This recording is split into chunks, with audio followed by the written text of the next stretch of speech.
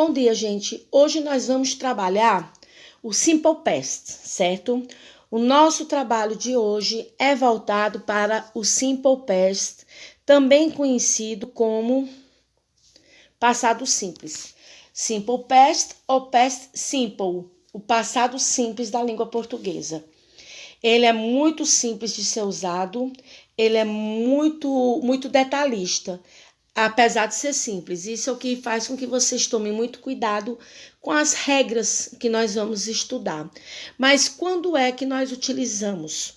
Quando é que nós vamos utilizar, vamos trabalhar o Simple Past? Veja bem aqui, olha.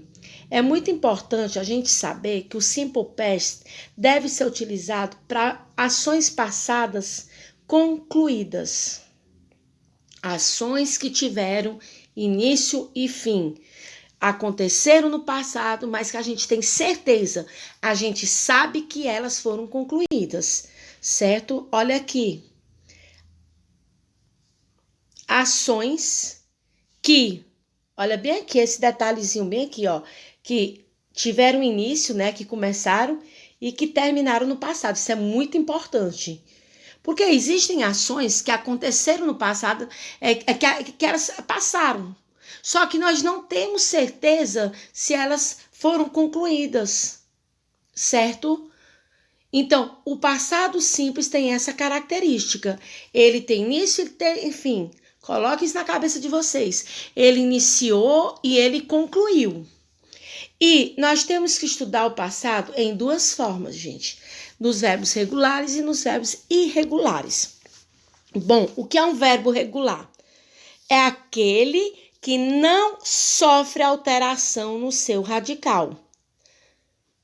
Quem for anotar, coloca bem aí, ó. É aquele que não sofre alteração no seu radical. Professora, explica melhor. Deixa eu dar um exemplo. No português mesmo. Vamos ver aqui o verbo comer. Eu como, tu comes, ele come. Nós comemos, vós comeis, eles comem. Aí o verbo comer. Ele não mudou o seu radical, a sua formação e nem a terminação. Mer, eu como. Tu comes, ele come, nós comemos. Então, no momento que o verbo mantém o seu radical sem alteração, ele é um verbo regular. Vocês não vão sentir muito essa diferença do radical no inglês. Isso aqui eu dei uma explicação para vocês poderem entender do português, lembrarem, né? Para poder entender o que a gente está falando de verbo regular.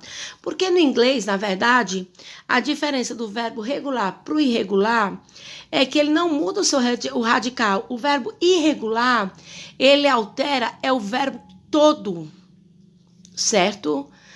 O verbo comer, que eu dei o exemplo, eat. No passado irregular é ate ou ate, como pronunciam. Então, ele muda a escrita toda, não é só do radical, é o verbo completo.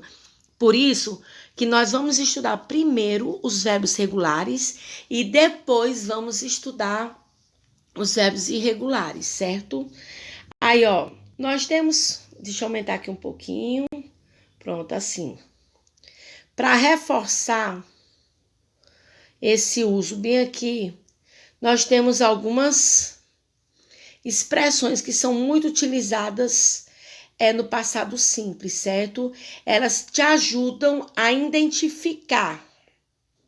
Elas te ajudam a identificar o passado. Palavras que eu coloquei aí, inclusive, com suas traduções, ó. Yesterday. Deixa eu ver se eu boto bem aqui, ó. Ó. Perdão, deixa eu botar aqui essa setinha que fica melhor, né? Ó, yesterday, ontem. The day before yesterday, anteontem. Last night, ontem à noite. Last year, ano passado. Last month, mês passado. Last week, semana passada. Ago ou ago, atrás. We did not to school yesterday. Nós não fomos para a escola. Só alguns exemplos. His birthday was the day before yesterday. O aniversário dele foi anteontem. She studied math last night. Ela estudou matemática ontem à noite. I called you 3 days ago. Eu telefonei para vocês 3 dias atrás. Sim, mas e aí, o que tem a ver? Tem tudo a ver, porque, se você identificar a palavra yesterday, passado, aqui, yesterday. Se você não lembra do the day before yesterday, lembre do yesterday. Last night, last month, essa palavrinha last, ela deixa bem claro, passado, certo? Então, essas expressões aqui vão ajudar muito vocês, elas vão ajudar muito vocês a identificar o passado na frase. Porque às vezes vocês têm a dificuldade de identificar, professor, como é que eu sei que essa frase vai estar no passado? Ou se vamos supor uma questão para conjugar o verbo no passado, localizem essas expressões mais usadas. São aquelas que são a cara do tempo passado, por assim dizer. Então, é importante. Por isso que eu coloquei esses exemplos para vocês poderem associar. Só que nós sabemos, olha, isso aqui é muito importante. Nós sabemos, vocês principalmente que já estudaram no fundamental, que o verbo, quando a gente fala do simple past, a gente tem como verbo auxiliar o did, certo? Did é o auxiliar do simple past. Ele é o mesmo que o verbo ser e estar. Tem tradução? Não. Esses verbos auxiliares do does e did não tem uma tradução. Eles são verbos auxiliares. Sim, o que é um verbo auxiliar? O verbo auxiliar é o verbo que vai ajudar, que vai complementar o sentido do verbo principal. Entenderam? O que é um verbo auxiliar? É o verbo que vai ajudar, não é isso? É o verbo que ajuda o verbo principal a ter seu sentido. Quer ver um exemplo no português? Eu cansada. Eu cansada. Certo, vocês entenderam o que foi que eu disse, mas não ficou esquisito? Tá errado. Eu estou cansada. Eu estou cansada. Agora sim, ficou compreensível. Ficou correto. Estou, o verbo estar vai ter a função de um verbo auxiliar. É isso que vocês têm que entender. O did tem essa função de verbo auxiliar. Só que, veja bem, vamos deixar tudo bem específico, tudo bem detalhado para não ter dúvida.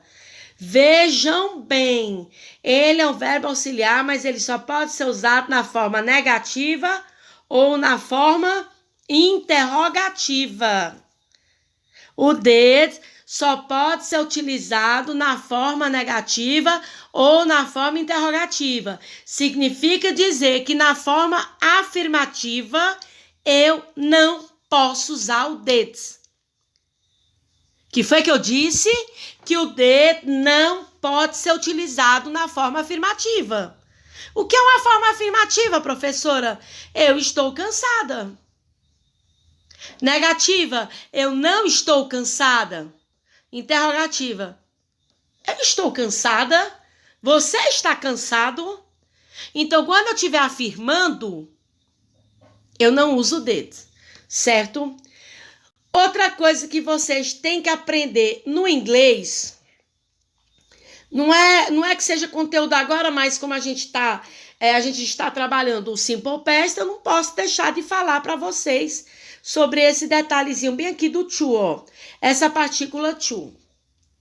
Escute bem o que eu vou dizer, que vai facilitar muita coisa para vocês.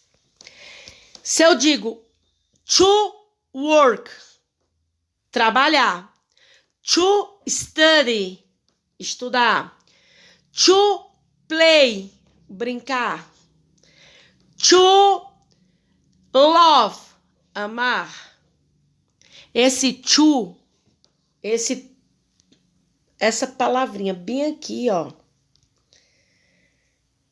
to, no inglês, é o que vai dar Vai dar não, é o que vai mostrar que o verbo está na sua forma infinitiva.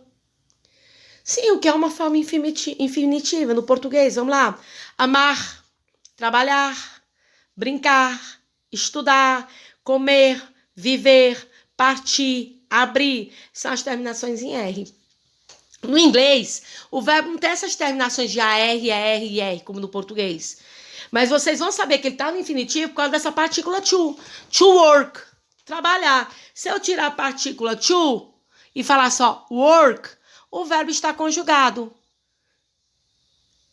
I'm work, eu trabalho, certo? Então, vocês têm que tomar cuidado com isso. E quando falamos de passado simples, do simple past, nós temos estes 3 coleguinhas aqui, ó. ED, IED, ID. Sim, o que é isso, professora? Minha gente, o verbo no passado, ele sofre alteração. E são essas partículas ED, IED, ID que vão indicar que o verbo está no passado na forma afirmativa. Certo? Você só acrescenta essas terminações na conjugação quando o verbo estiver na forma afirmativa. Vamos entrar aqui, vamos